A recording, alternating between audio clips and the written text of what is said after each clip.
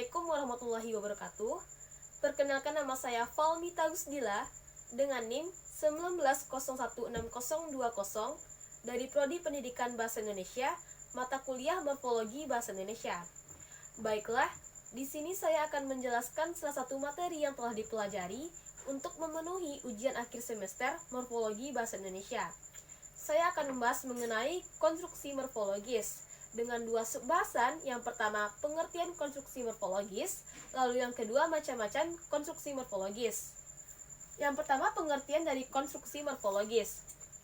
Konstruksi morfologis merupakan bentukan kata yang mungkin merupakan morfem tunggal atau gabungan dari beberapa morfem. Bentukan kata yang mungkin merupakan morfem tunggal disebut dengan konstruksi sederhana, sedangkan bentukan kata yang mungkin merupakan gabungan dari beberapa morfem disebut dengan konstruksi rumit. Contohnya seperti ber ditambah dengan juang menjadi berjuang, atau makan ditambah dengan an menjadi makanan. Lalu masuk yang kedua, macam-macam dari konstruksi morfologis. Ada yang pertama, konstruksi sederhana dan konstruksi rumit. Seperti sebelumnya yang telah saya jelaskan, konstruksi sederhana merupakan bentukan kata yang merupakan morfem tunggal. Lalu, konstruksi rumit merupakan bentukan kata yang merupakan gabungan dari beberapa morfem atau morfem yang satu dengan morfem yang lainnya.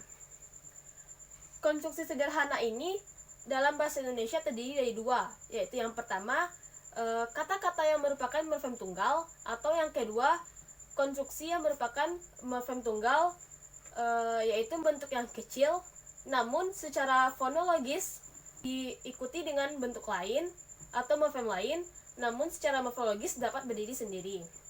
Contohnya seperti sepatu, ber, toko, dan beli.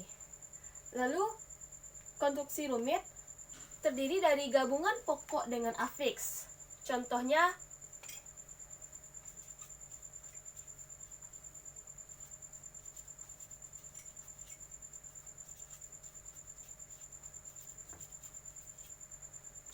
kata ber ditambah dengan juang. Ber merupakan afiks, sedangkan juang merupakan pokok, menjadi berjuang. Lalu, yang kedua adalah gabungan akar dengan afiks.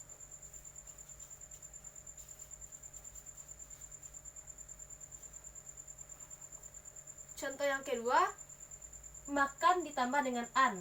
Makan merupakan akar, sedangkan an merupakan afiks, menjadi makanan. Lalu yang ketiga ada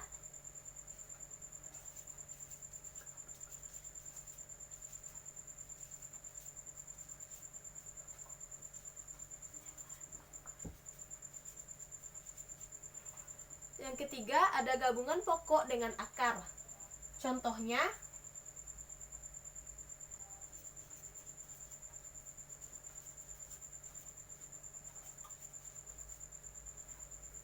daya ditambah dengan juang. Daya merupakan pokok, sedangkan juang merupakan akar, lalu menjadi daya juang. Yang keempat ada gabungan pokok dengan pokok.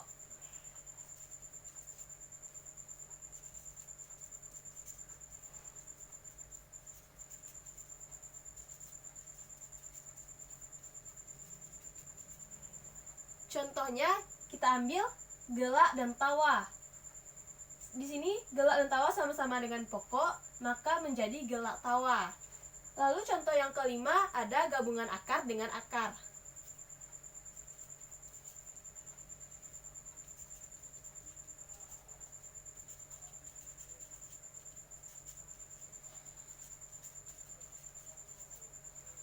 Contohnya dapat kita ambil meja dan usang, menjadi meja usang. Lalu, macam-macam konstruksi morfologis yang kedua, yaitu konstruksi morfologis derivasi dan konstruksi morfologis infleksi. Konstruksi morfologis derivasi merupakan konstruksi morfologis yang berbeda distribusinya dengan dasarnya. Contohnya dapat kita ambil seperti saya ingin menjadi petinju. Bentuk dasar dari petinju adalah tinju. Jika dimasukkan pada kalimat saya ingin menjadi tinju, maka distribusi dasarnya berbeda dengan kata sebelumnya, yaitu kata petinju. Lalu ada juga seperti saya ingin menjadi pelari. Bentuk dasar pelari adalah lari. Saya ingin menjadi lari. Maka itu berbeda distribusinya pada kata pelari dengan lari. Lalu konstruksi morfologis infleksi. Konstruksi morfologis infleksi adalah konstruksi morfologis yang menduduki distribusi yang sama dengan dasarnya. Contohnya dapat kita ambil saya membaca buku. Bentuk kata dasar membaca adalah baca. Saya baca buku. Maka distribusi membaca dengan baca sama. Lalu yang ketiga ada macam-macam konstruksi morfologis. Pemajemukan.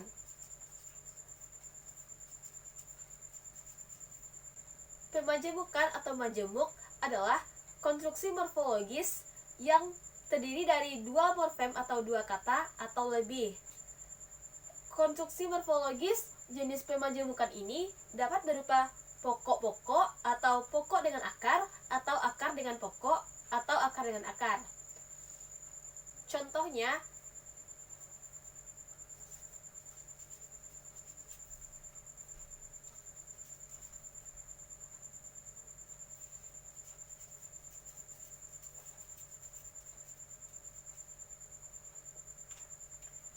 di sini dapat kita ambil rumah sakit. Rumah sakit merupakan bentuk kata majemuk karena tidak dapat diselipkan morfem di dalamnya. Misalnya morfemnya rumahnya sakit, maka itu tidak disebut dengan majemuk.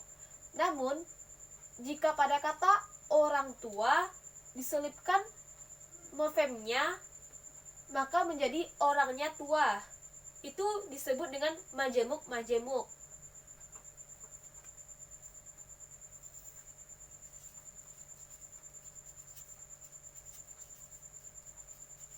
Tetapi jika ditulis orangnya tua, maka ini disebut dengan frasa. Frasa-frasa. Lalu selanjutnya jenis konstruksi morfologis yang keempat.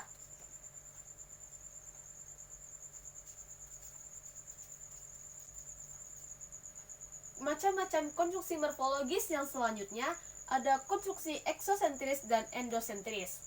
Yang pertama saya bahas mengenai konstruksi morfologis endosentris. Suatu konstruksi dapat disebut dengan konstruksi endosentris apabila konstruksi tersebut memiliki distribusi yang sama dengan salah satu atau semua jenis unsurnya. Contohnya seperti rumah sakit itu baru dibangun.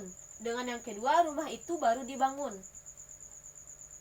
Pada kalimat rumah itu baru dibangun merupakan memiliki distribusi yang sama dengan unsur yang pertama. Lalu yang kedua, konstruksi eksosentris. Konstruksi eksosentris merupakan konstruksi yang memiliki distribusi yang berbeda atau tidak sama dengan salah satu jenis unsur atau semua unsur yang ada pada konstruksi tersebut. Contohnya